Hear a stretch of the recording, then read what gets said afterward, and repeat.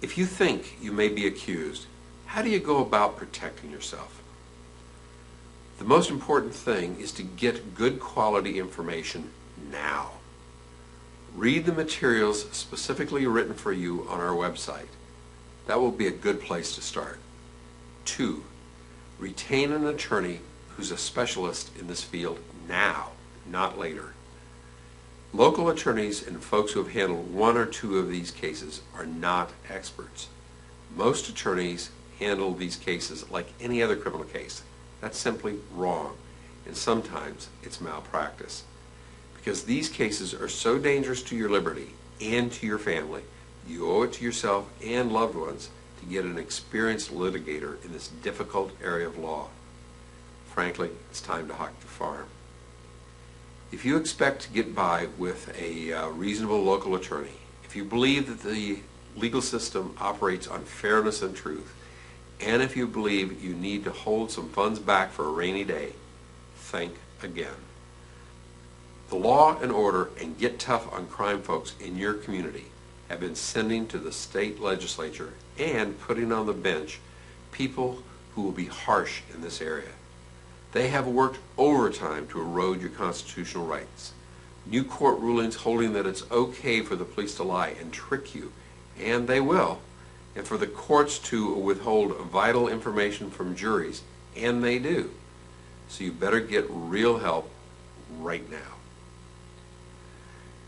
Well, write a detailed chronology, but the first thing you write on the document is quotes, notes to my attorney, attorney-client privilege, close quotes.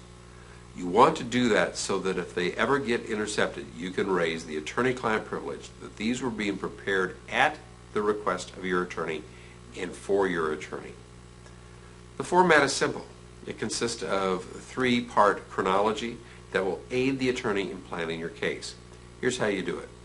In the left-hand margin, type in the date of the event that you're going to describe. Keep all the events in chronological order. That's very important. Tab over to the middle of the document and type in the who, what, where, why, and how. Why is this event significant? Tap over to the right of the document and put there where this information comes from. Whether it's a photograph, a video, a witness, that type of thing. Writing this chronology with a word processor will make it easier for the attorney to use at a later time. The attorney will then use this chronology to help direct his questions of you and help in fashioning your defense. It will also greatly decrease the amount of time that it takes for the attorney to get up to speed on your case. It's important that you include everything. If you aren't certain whether it should be included or not, include it. Let the attorney separate out the wheat from the shaft. Your job is to get it all down. Get it to the attorney and don't leave anything out. Describe your history, your family's history, and everything that you can think of that you think might be relevant. A competent attorney will use this chronology to search for the elements needed to save you and your family. Since it's on a disc and written specifically for the attorney, remember to put an attorney-client privilege at the top of it. And if it's a disc, I would stick a label on the outside that says attorney-client privilege. It is also very helpful, especially at the beginning of the case, if you create a witness list.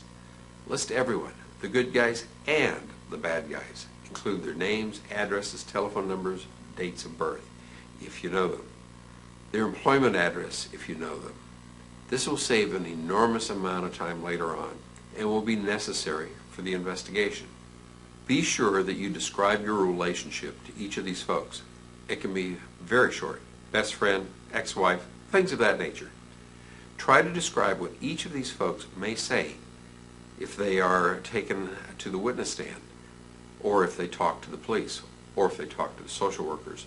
Don't leave anyone out, and make sure that you describe this list as being attorney-client privilege, created at the request of your attorney. The next thing you should do is to get copies of everything. Now, in some states you're allowed to get more than in other states. Some states only the attorney can get some of these items.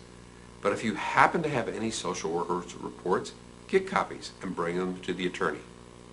Any police reports or old police reports having to do with the issue, get copies and bring them to the attorney. Any psychologist, psychiatric, or social workers reports, either on yourself or on the person making the accusation. And if you have copies at home, make copies and bring them to the attorney. School records, either make copies or get copies and bring them to the attorney. Has someone interviewed your child before? Well, if you have access to any notes, audio tapes, videotapes, or any reports from prior interviews, bring them to your attorney. Any test results, any photographs, any newspaper articles, make copies, get copies, and bring them to your attorney. If it isn't relevant, don't worry. The attorney will sort it out. Make sure your attorney is on the case. Information is power. Remember, CBS 48 Hours, NBC's Dateline, ABC's 2020, and Frontline have all indicated that social services folks and the police will put every negative spin possible on everything they can find out about you. They can take your children and they can put you in prison. If you want to wait around a few years until the DNA proves that you're innocent, I wouldn't recommend it. Because on the day that you now have the DNA that'll prove that you're innocent, the prosecutor will fight to exclude the DNA. So get serious, get the information gathered, and bring it to your attorney. Now, there are a number of motions that can be filed.